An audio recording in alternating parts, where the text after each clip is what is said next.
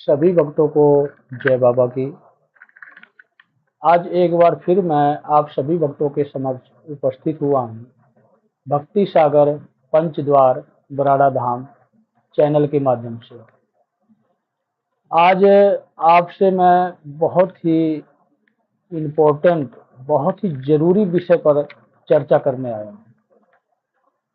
मैं प्रमोद कुमार पंचद्वार बराड़ा धाम से, जो कि आप सभी भक्तों के सामने आया हूँ एक आग्रह लेकर, एक निवेदन लेकर।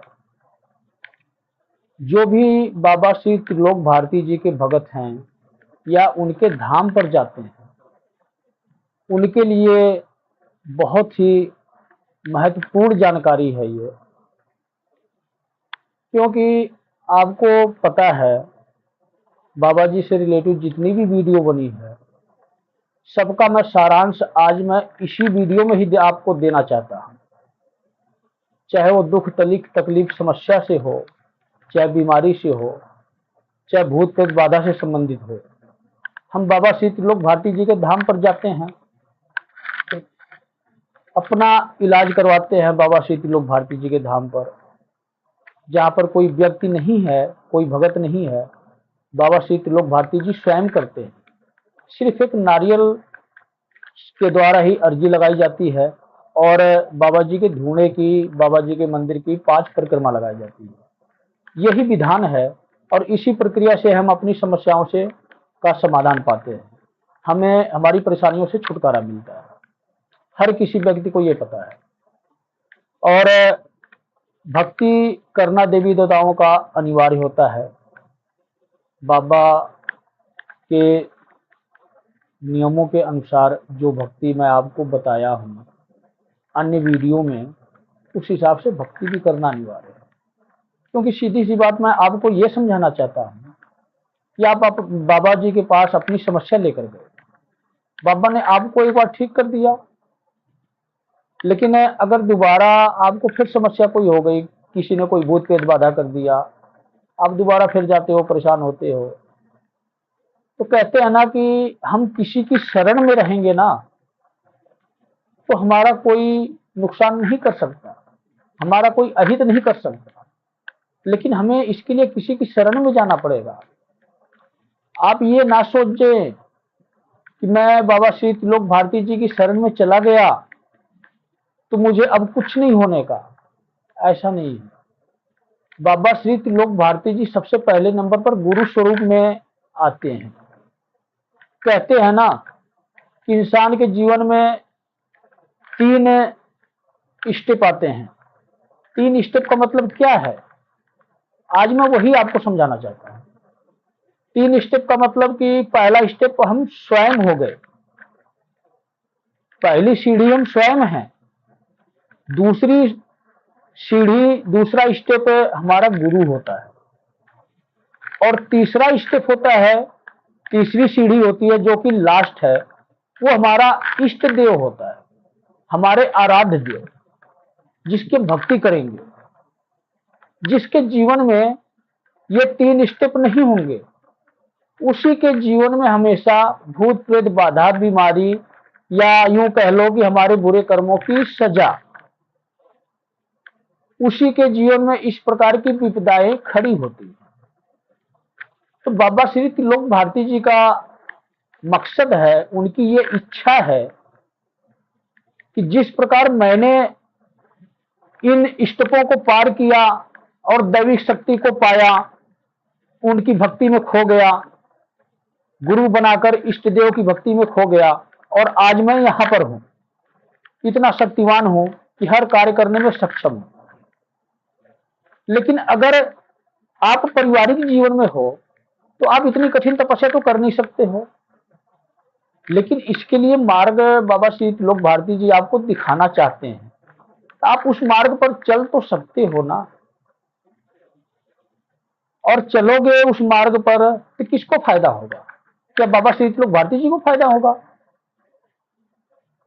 आप ये ना सोचना कि अपने स्वार्थ के लिए वो तुम्हें ये रास्ता दिखा रहे हैं।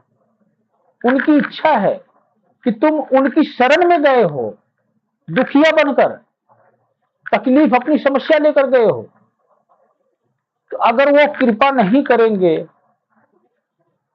तो फिर कैसे काम चलेगा। और उन्होंने कृपा भी यहाँ पर कर दी, आपकी समस्या, आपकी तकलीफ को दूर कर दिया, लेकिन उनका फर्ज बनता है कि जब उनकी शरण में चले गए हो तो ऐसा मार्ग दिखा दूं मैं कि जिससे इसके जीवन में समस्या ही ना आए। वो मार्ग कौन सा है? शिव भक्ति का मार्ग है। ये बाबा श्री तिलोक भारती जी स्वयं शिव भक्ति का मार्ग आपको दिखा रहे हैं कि आप शिव भक्ति करो, शिव के भक्त बनो, ऐसी दैविक शक्ति के भक्त बनो जिसका दुनिया में कोई तोड़ ना हो। किसी भी तांत्रिक की, तगड़े से तगड़े भगत की, अघोरी की, या किसी भी राक्षसी शक्ति की कोई भी शक्ति आपके ऊपर काम ना करे, ऐसी शक्ति के भक्त बनो। बाबा श्री तिलोक भारती जी की यही इच्छा है।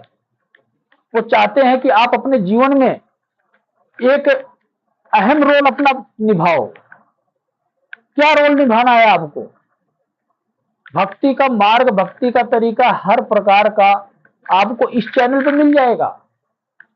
एक ही वीडियो में सब तरीका मैं नहीं बता सकता, क्योंकि वीडियो इतनी लंबी हो जाएगी कि आप समझ नहीं पाओगे, उलझ जाओगे। तो जिस भी देवी देवता की आपको भक्ति करनी है, आप इस चैनल पर जाएं, सर्च करेंगे उस देवी देवता से संबंधित जानकारी, तो आपको उससे रिलेटिव आपको वीडियो मिलेगी और आप उस प्रकार से उस देवी देवता की भक्ति करें। तो आपको हर तरह का तरीका इस वीडियो के माध्यम से, इस चैनल के माध्यम से बाबा श्री तिलोक भारती जी आपको दे रहे हैं। तो आप कोशिश करें कि शिव भक्त बने और अपनी समस्याओं का खुद समाधान निकाल सके। इस जन्म में आपके जो भी बुरे पाप कर्म हैं या पिछले जन्म के हैं, ये कब कटेंगे? ये बाबा श्री तिलोक भारती जी नहीं काटेंगे। इस बात को आप समझो।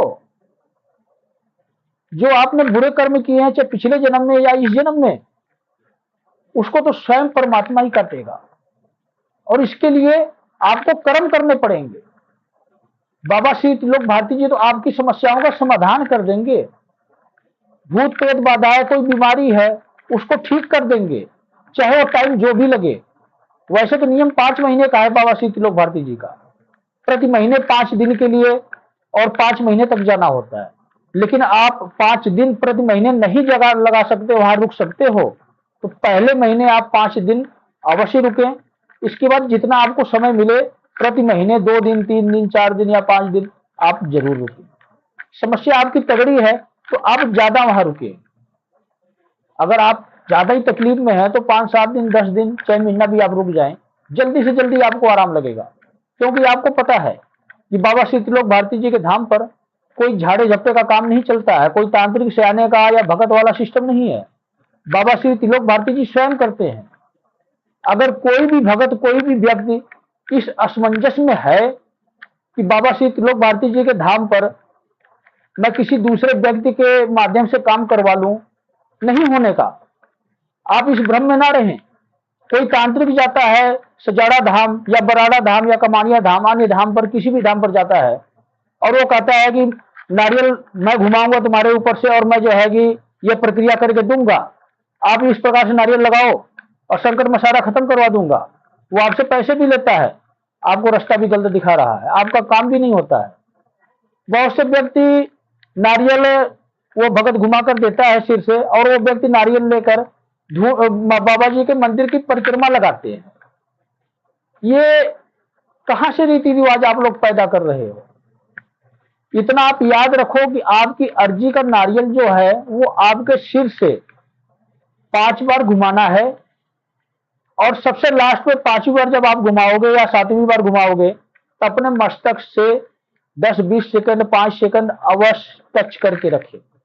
इसके बाद बाबा जी के धोने में समर्पण कर दें और स्वयं खुद करें।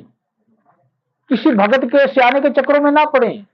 बहुत पाखंडी बाबा श्री तिलोक भारती जी के धाम पर पहुंचने लगे हैं।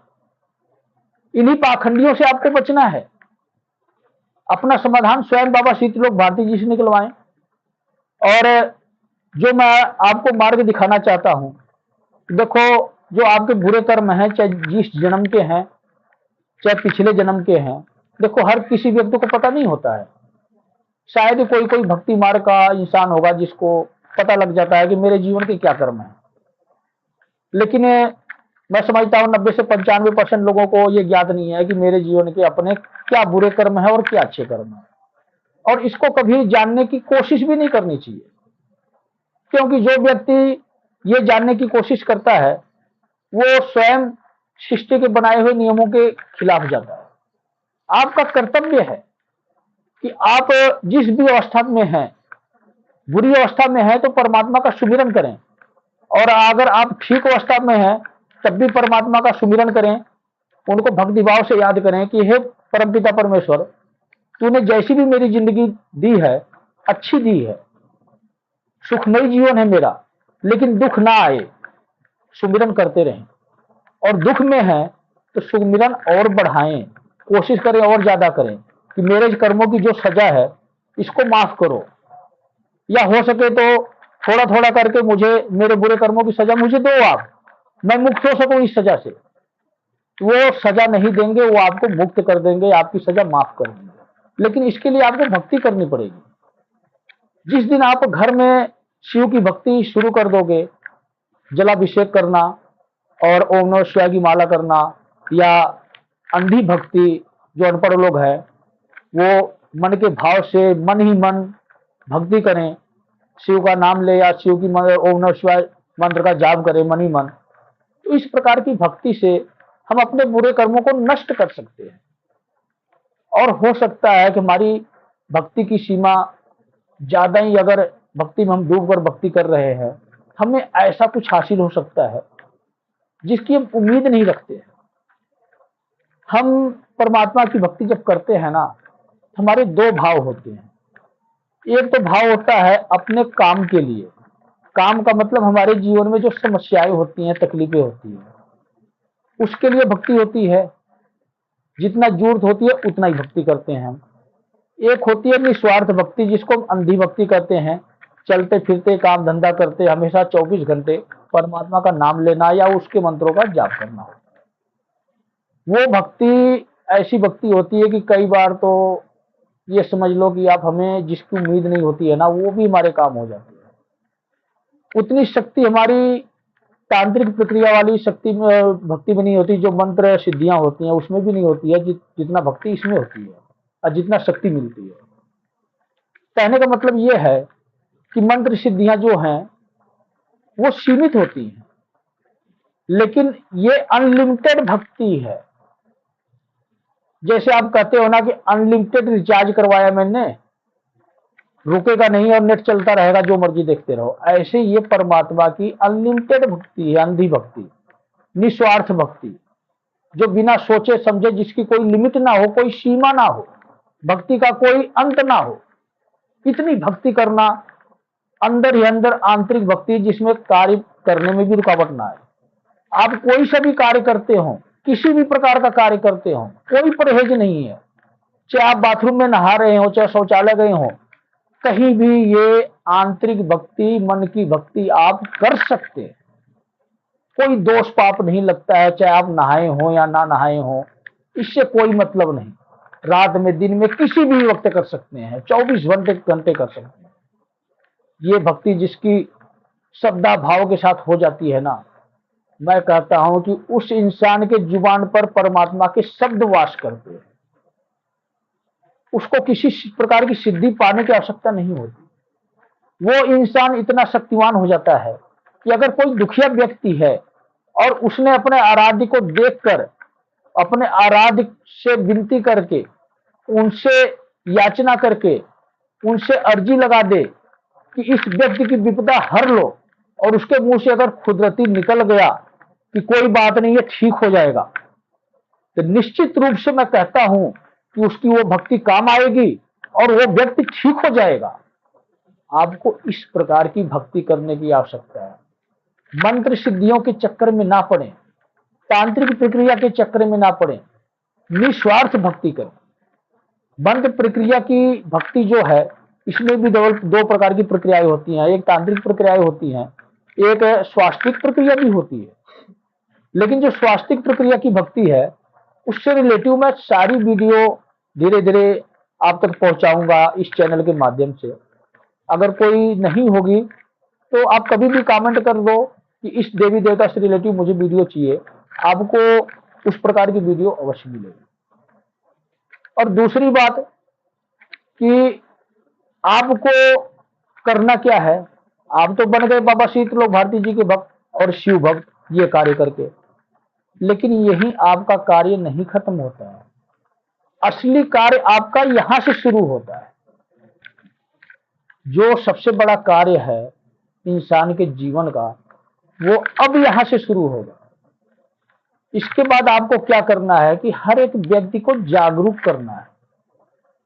कहने का मतलब ये है कि कोई भी व्यक्ति बाबा शीतलोक भारती जी के धाम से जुड़ता है या उनके धाम पर जाता है, उसको ज्ञान नहीं है, पता नहीं है, तो आप पंचद्वार भक्ति सागर बराड़ा धाम चैनल के बारे में बताएं और समझाएं, सारा उसको विधि बताएं कि बाबा शीतलोक भारती जी के धाम पर किस प्रकार से नारियल लगाए जाते हैं, कैसे अपना इलाज करवाया जाता है, ये सारी प्रक्रिया समझाएं। और खास करके ये हिदायत अवश्य दें कि आप जब भी कभी बाबा शीतलोक भारती जी के धाम पर जाओ, किसी भी सियाने और भगत के या किसी अन्य व्यक्ति के कहने में नहीं आना है। आपको स्वयं नारियल की अर्जी लगानी है और स्वयं अपने सिर से घुमाना है, कोई दूसरा व्यक्ति ना घुमाए। दूसरा अगर व्यक्ति कोई घुमाने वाला है तो आपके परिवार का मेंबर होना चाहिए, अन्य किसी भी व्यक्ति से नारियल ना घुमवाए, क्योंकि अगर दूसरा व्यक्ति घुमाएगा नारियल तो हो सकता है कुछ समय के लिए आपका केस रुक सकता है, रुकावटें पैदा हो सकती है।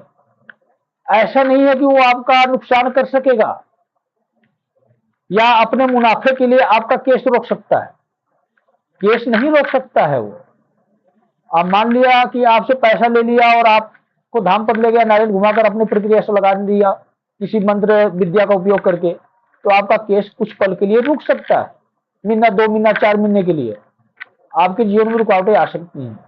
लेकिन बाबा शीतलोक भारती जी उस तांत्रिक को, उस भगत को भी नष्ट करेंगे, उसकी शक्तियां, और आपको भी ठीक करेंगे। इसलिए अगर आपको पता होगा ना तो आप किसी भी व्यक्ति के चक्कर में नहीं पड़ोगे, आप अपना काम स्वयं करोगे। भोग भी अगर आपको किसी भी देवी देवता का देना है तो आप स्वयं दें, किसी दूसरे व्यक्ति से ना दिलवाए। कोई भगत या सियाना कहता है कि मैं भोग इनको लगवा देता हूं क्योंकि वो भगत है, इस गलत फहमी में ना रहे। बाबा शीतलोक भारती जी या बाबा जी के धाम पर कोई भी देवी देवता किसी भगत या सियाने के थ्रू भोग नहीं स्वीकार करेंगे।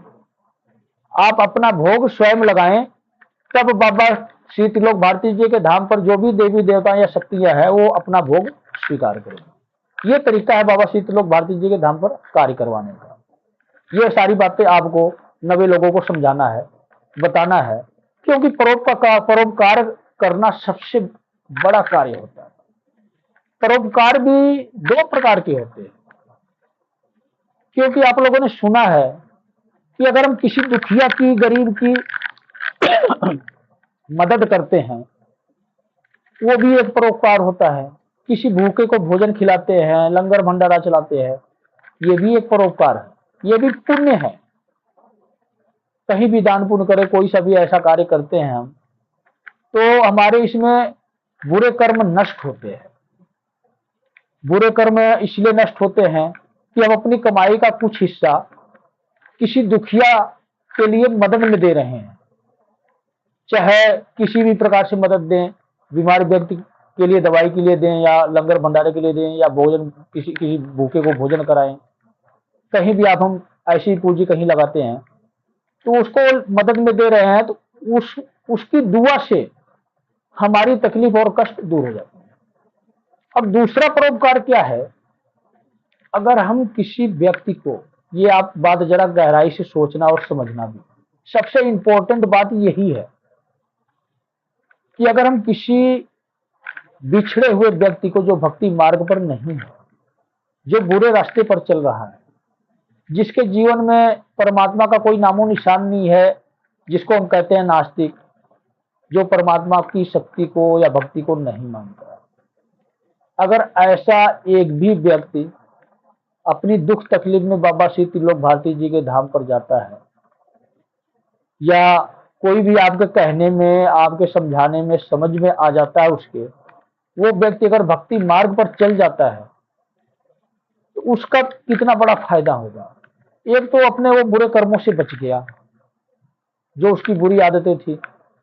और जिस परिवार के मेंबर भक्ति मार्ग पर चलते हैं, किसी ईश्वरीय शक्ति से जुड़े होते हैं, उनके जीवन में, उनके परिवार में सबसे पहले नंबर पर मांस मंदिरा का परहेज हो जाता है।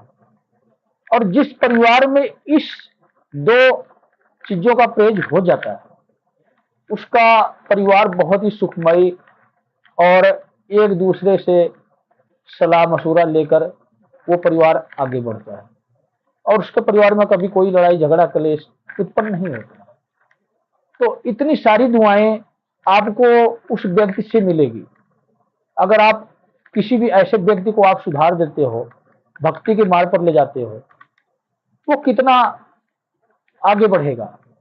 आप कोशिश करो कि उसको शिव भक्त बनाएं, एक ऐसी शक्ति से जोड़ो कि जिसका कोई काट ना हो, जिसकी भक्ति के आगे सारी तांत्रिक शक्तियां, मंत्र शक्तियां सब फीकी पड़ जाए, या देवी देवताओं की भी शक्तियां फीकी पड़ जाए, ऐसी शिव शक्ति से जोड़ो, उस रास्ते पर चलाने की कोशिश करो।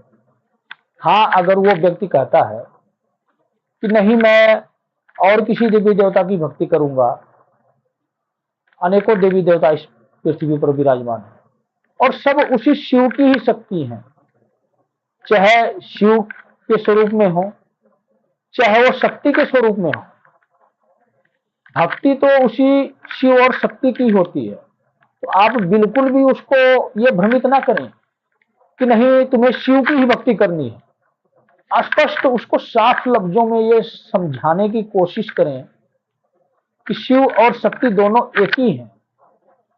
अगर तुम शिव भक्ति कर सकते हो तो करो, नहीं कर सकते हो तो जिस भी देवी देवता की भक्ति करनी है, निस्वार्थ भक्ति करो। आप कोशिश करो कि अगर अंधी भक्ति करनी है तो आपको गुरु की आवश्यकता नहीं है, जितना मर्जी आपकी बिजी लाइफ हो, आप ये आंतरिक जाप, मन का जाप, ओम नमः शिवाय या शिव का नाम या अन्य किसी देवी देवता की, किसी भी देवी देवता की वो व्यक्ति भक्ति करना चाहता है, चाहे हनुमान जी की हो, चाहे कृष्ण जी की हो, चाहे राम जी की हो, चाहे अनेकों देवियां भी हैं, वैष्णो देवी हैं, दुर्गा जी भी हैं, काली जी भी हैं, और भी शारदा भवानी है, शीतला माता है, अनेकों प्रकार की देवियां हैं। लेकिन बस मैं इतना कहना चाहूंगा कि जौन से भी देवी देवता की स्वास्तिक देवी देवता चुनना है, सिर्फ बाबा जी की शर्त यही है कि अपने जीवन में आपको जिस भी देवी देवता की भक्ति करनी है,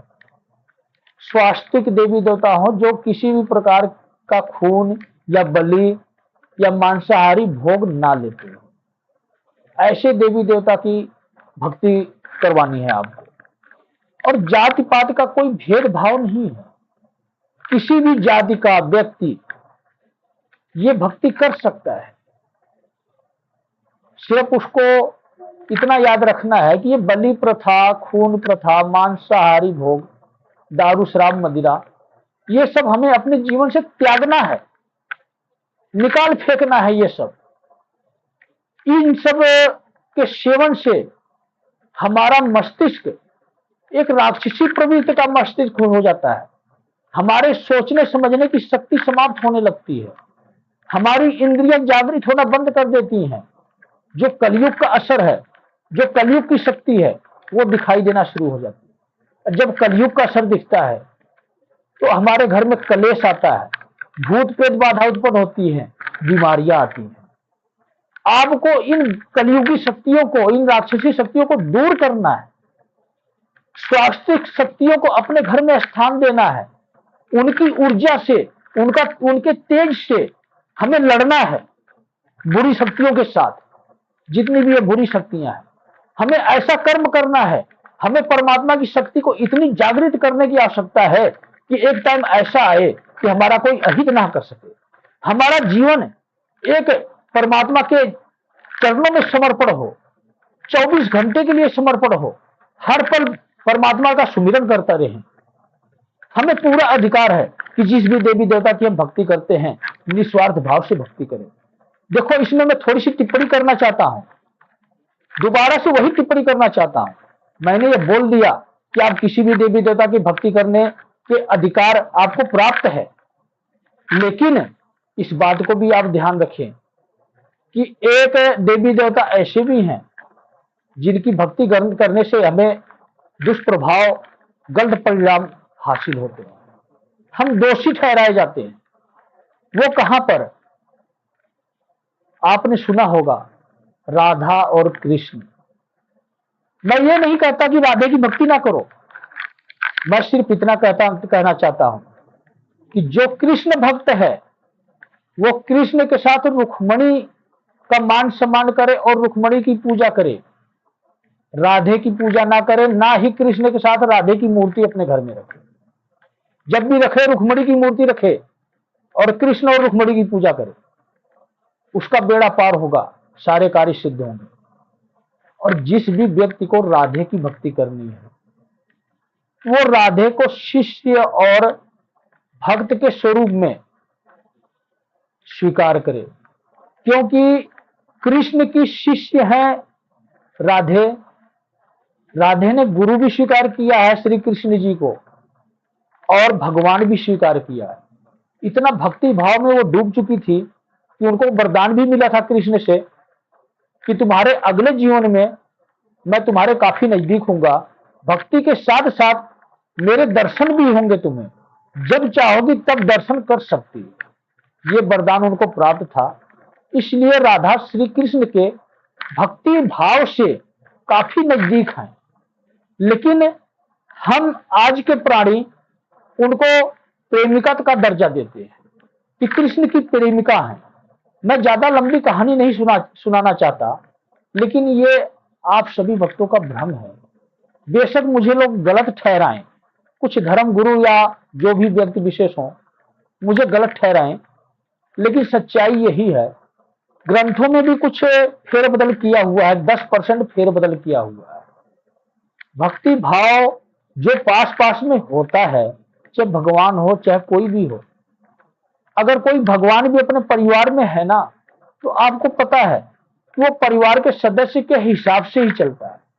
स्वयं श्री कृष्ण जी भगवान के स्वरूप है ना, लेकिन वो अपने माता पिता को कितना आदर के साथ, सत्कार के साथ बुलाया करते थे। और जो माँ बाप का रिश्ता है, माँ बाप का रिश्ते से ही उनको जाना जाता है। भाई बहन का रिश्ता है, भाई बहन के रिश्ते से जाना जाता है। पति पत्नी का रिश्ता है तो पति पत्नी के रिश्ते से जाना जाता है। तो इसलिए कृष्ण के साथ रुक्मणी का पति पत्नी का रिश्ता है, तो आप सिर्फ यही स्वीकार करें। राधा भक्त के स्वरूप में काफी नजदीक थी, एक गांव दूसरे गांव से लगता हुआ था। और जिस दिन राधा को यह ज्ञान हो गया कि श्री कृष्ण उन्होंने जन्म ले लिया है इस पृथ्वी पर, उसी दिन से राधा श्री कृष्ण की दीवानी हो गई। दीवानी का तात्पर्य आप ये ना ले जाएं कि मासूका है दीवानी हो गई या कुछ भी। देखो, मैं थोड़ा सा इस जमाने के हिसाब से आप कहेंगे तो अशब्द भी है ये, लेकिन आपको समझाने के लिए शब्द मैं उपयोग कर रहा हूं। वो श्री कृष्ण की भक्ति में प्रेम दीवानी हो गई। हमेशा उनके मन में जिज्ञासा होती थी कि उनको मैं देखती रहूं। और भगवान भक्ति भाव से अपने भक्त पर कृपा तो बरसाएंगे ही। श्री कृष्ण मिलने भी आते थे राधा से, बात भी करते थे, बैठते भी थे साथ। लेकिन हम प्राणियों ने क्या कलंकित किया है, श्री कृष्ण के जीवन को कितना कलंकित किया है, जिसका हम अंदाजा नहीं लगा सकते। अगर कोई व्यक्ति विशेष या संत पुरुष ज्ञानी ऐसा होगा जो मेरी बातों को गहराई से समझेगा तो शायद देख सकता है। और इसी पृथ्वी पर 10% अभी लोग भी हैं जो जानते हैं कृष्ण लीला, कि कृष्ण की क्या लीलाएं हैं, राधा की क्या लीलाएं हैं। लेकिन आज वो शास्त्रों के हिसाब से मजबूर हैं, धर्म गुरुओं के हिसाब से मजबूर हैं। वो अपना शब्द, अपना वाक्य रखना चाहते हैं आप लोगों के बीच, लेकिन नहीं रख पाते हैं, दबा दिए जाते हैं। आज मैं दोबारा से फिर वही शब्द उठा रहा हूं। अनेकों लोगों ने ये शब्द उठाए हैं, ये विवादित पूर्ण बयान बहुत से लोगों ने किए हैं श्री कृष्ण और राधा को लेकर।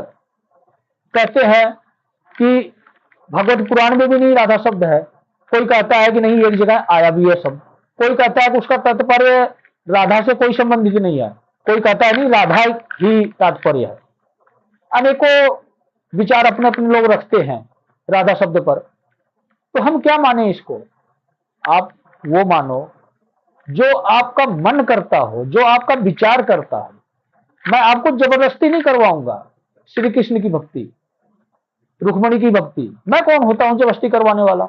आप खुद समझदार हैं, आपके पास भी इतनी क्षमता है कि अच्छे बुरे की समझ आप खुद करें, इसकी पहचान खुद करें कि क्या सच है। जो आपको सच लगता है आप उसी हिसाब से भक्ति करें। क्योंकि ज्यादा विवादित पूर्व बयान मैं नहीं कर सकता। आप लोगों को पता है कि मैं बाबा श्री त्रिलोक भारती जी का भक्त हूं और उन्हीं के दिखाए हुए मार्ग पर चल रहा हूं, और उन्हीं के सहयोग से, उन्हीं के योगदान से, उन्हीं के मार्गदर्शन से मैं ये सारी जानकारियां आपको दे पा रहा हूं। जैसे कहते हैं ना कि जिस इंसान के पास शास्त्रों का ज्ञान नहीं होता है या सामाजिक ज्ञान नहीं होता है, अगर उसके पास भक्ति है किसी दैविक शक्ति की ना, तो वो उस दैविक शक्ति की भक्ति के प्रेरणा से, उसकी शक्ति से वो ज्ञान हासिल कर सकता है जो ज्ञान किसी के पास नहीं होता है।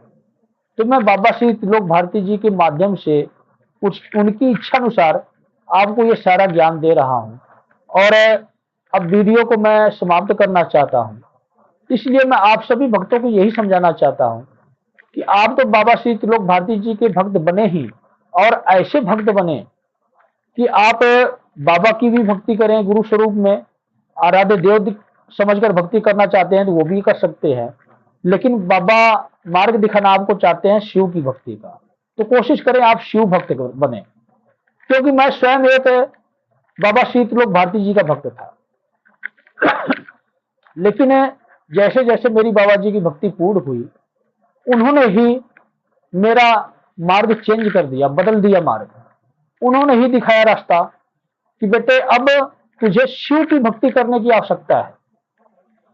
अब तू ऐसी शक्ति के साथ जुड़ जहां पर मैं तेरा मार्गदर्शन करूं और तुझे मैं वहां ले जा सकूं जिस ऊंचाइयों पे तुझे जाने की आवश्यकता है, जहां पर तू पहुंचकर इन सभी बुरी शक्तियों से लड़ सकता है, इस कलयुग को रोक सकता है। तो आज मैंने वही रास्ता चुना है और आज मैं उसी रास्ते पर चल रहा हूं। बहुत से व्यक्ति इस दुनिया में ऐसे भी हैं जिनको मेरी वीडियो मजाक लगती है, जो ये सोचते हैं कि ये लोगों को भ्रमित कर रहे हैं, झूठ बोल रहे हैं। तो भाइयों, माताओं, बहनों, आप जो भी हैं, मैं किसी को भ्रमित नहीं करना चाहता और ना ही मैं किसी को यह कहता हूं कि आप अपना धर्म छोड़कर आप मुझसे जुड़ो, मेरी वीडियो से जुड़ो या बाबा श्री त्रिलोक भारती से जुड़ो। मेरे सिर्फ यही उद्देश्य है, मैं यही मार्ग दिखाना चाहता हूं कि आप तांत्रिक प्रक्रिया या भक्तों के पास या दरबार लगाने वालों के पास जाने की बजाय आप स्वयं की भक्ति शुरू करो और खुद को अपने पैरों पर खड़ा करो। अपना एक ऐसा स्टैंड बनाओ, इतने सामर्थ्य अपने अंदर पैदा करो कि आपका कोई अहित या बुरा ना कर सके। इस प्रकार आप जिसको भी मानते हो आप उसकी भक्ति करो, गुरु बनाकर करो। अंधी भक्ति करते हो तो गुरु बनाने की आवश्यकता नहीं है, लेकिन आप माला का जाप करते हैं या मंत्र जाप करते हैं तो आप कोशिश करें कि बिना गुरु के भक्ति ना करें। जिसकी भी इच्छा है गुरु बनाने की, उसको आप गुरु बनाएं। किसी इंसान को बनाते हो तो सोच समझकर, जांच परख कर ही गुरु बनाएं। मैं सिर्फ इतना ही कहना चाहूंगा।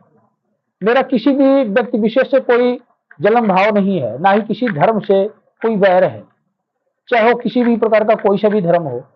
लेकिन मेरी ये सोच है कि मैं अपने हिंदू धर्म में जन्म लिया हूं, सनातन। तो अगर मेरे अंदर इतना सामर्थ्य है, अगर मेरे अंदर परमात्मा की शक्ति है, मुझे उन्होंने इसी कार्य के लिए भेजा है, तो मैं अपना कदम कभी पीछे नहीं हटाऊंगा। जो बाबा जी का मेन उद्देश्य है, बाबा शीतलोक भारती जी का, कि सत्य सनातन धर्म की स्थापना करनी है, तो उस धर्म की स्थापना मैं करके रहूंगा। और मैं इस धर्म को सत्य सनातन धर्म के रूप में बदलने के लिए सभी व्यक्तियों से, सभी इंसानों से ये आग्रह करता हूं, माताओं से, बहनों से, भाइयों से, सभी लोगों से ये निवेदन करता हूं कि आप किसी भी देवी देवता की भक्ति करें, स्वास्तिक देवी देवता चुने और भक्ति मार्ग पर चलें, और ये प्रण लें कि मैं अपने जीवन में कभी भी किसी भी धर्म गुरु जो सही नहीं है, जो स्वार्थ के लिए जीते हैं, उनके पास नहीं जाऊंगा। किसी भी दरबार लगाने वाले जो अपने स्वार्थ के लिए जीते हैं, जो अपना साम्राज्य बढ़ाना चाहते हैं, जो इन शक्तियों का दुरुपयोग कर रहे हैं, जो पैसे लेते हो, उनके पास नहीं जाऊंगा। किसी भी चौकी लगाने वाले, चाहे माता की चौकी लगाता हो, चाहे काली की लगाता हो, चाहे पीर फकीर किसी की भी लगाता हो, अगर वो पैसा लेता है या गलत मार्ग दिखाता है या अपने स्वार्थ के लिए जीता है, पैसा कमाने के लिए, बिजनेस के लिए बना रखा है, कभी भी वहां पर आप पैर नहीं रखेंगे। कभी भी आप किसी भी अघोरी तांत्रिक या ऐसे किसी प्राणी के पास नहीं जाएंगे जो तंत्र मंत्र विद्या सिखाता हो और बुरे कर्म पर चलता हो, पैसे कमाता हो, बुरा रास्ता बताता हो, और जिसका खुद विश्वास ना हो कि अगर आपने पैसे पूरे नहीं दिए तो आपका ही बुरा कर देगा। वो सबसे बड़ा खतरनाक तांत्रिक होता है। इंसान जाता है इलाज के लिए, उसका इलाज भी करता है, वो कुछ समय के लिए उसकी बाधा रोक भी देता है, लेकिन कुछ समय बाद वही बंधन हटा देता है, दोबारा पैसे मांगता है, नहीं देता है इंसान पैसे तो उसको और दुखी कर देता है, परेशान कर देता है। लेकिन कभी ऐसा भी दुश्मनी में हो जाता है, वो मौत या ऐसी प्रक्रिया करके जान मान से खत्म करने की कोशिश करता है और प्राण भी ले लेता है, चाहे एक्सीडेंट करवा दे, चाहे घर में कोई मृत्यु हो जाए, चाहे कोई दुर्घटना हो जाए। ये सब कार्य तांत्रिकों को होते हैं। इसलिए आप ये प्रण लें, कसम खाएं, बाबा शीतलोक भारती जी की कसम खाएं, अपने आराध्य शिव शंकर की कसम खाएं कि मैं आज के बाद ऐसे भी किसी भी व्यक्ति विशेष के पास नहीं जाऊंगा। जिसको आप अच्छी तरह जांच परख लें, उसी व्यक्ति के पास जाएं जो परमात्मा की शक्तियों का सदुपयोग कर रहा हो। अगर ऐसा व्यक्ति आपको नहीं मिलता है तो मैं डंके की चोट पर कहता हूं कि बाबा शीतलोक भारती जी की शरण में चले जाओ, उनको अपना गुरु स्वीकार कर लो और शिव को अपना आराध्य स्वीकार कर लो। मैं कहता हूं कि सृष्टि में कोई पैदा नहीं हुआ है जो आपको क्षति पहुंचा सके।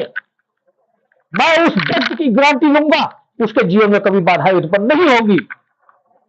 ये मेरा वचन है, क्योंकि बाबा शीतलोक भारती जी का आशीर्वाद है और स्वयं महादेव की कृपा है कि मैं उस व्यक्ति की स्वयं रक्षा कर सकता हूं। लेकिन बाबा शीतलोक भारती का जो दिखाया हुआ मार्ग है, पहले आप उस मार्ग पर चलो, अपने बुरे कर्मों का स्वयं निवारण करो भक्ति के मार्ग से। मैं नहीं निवारण करूंगा, मैं रास्ता दिखाऊंगा, बस सिर्फ रास्ता दिखाऊंगा। कोई दूसरा व्यक्ति आपका कष्ट या आपका संकट नहीं हर सकता, इस बात को आप याद रखो। कुछ क्षण के लिए वो आपकी समस्या को रोक देगा।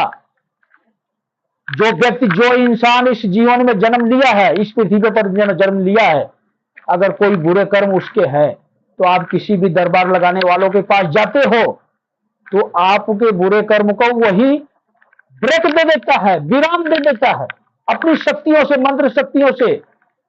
लेकिन वो सजा आपके जीवन में अवश्य मिलेगी, चाहे बुढ़ापे में मिले, चाहे अगले जन्म में मिले, चाहे 2-4 महीने, 10 महीने, साल 2 साल बाद मिले, वही समस्या आपकी दोबारा उत्पन्न होगी।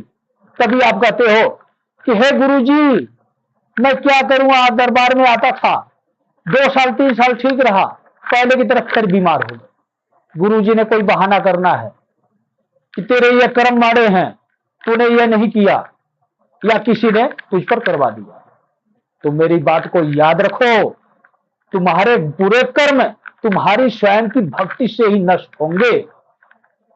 ना मैं कर सकता हूं, ना कोई दूसरा व्यक्ति कर सकता है। स्वयं अपने पैर पर खड़े हो, शिव भक्त बनो, शिव की अन्य शक्तियों के भक्त बनो। मंत्र प्रक्रिया या माला के जाप से आप भक्ति करना चाहते हो तो गुरु बनाकर भक्ति करो। अंधी भक्ति करना चाहते हो, परमात्मा की भक्ति में खोना चाहते हो तो आंतरिक जाप करो, मन में ही जाप करो और जितना आप पे हो सके उतना जाप करो। तो सभी भक्तों को जय बाबा। ओम नमः शिवाय। हर हर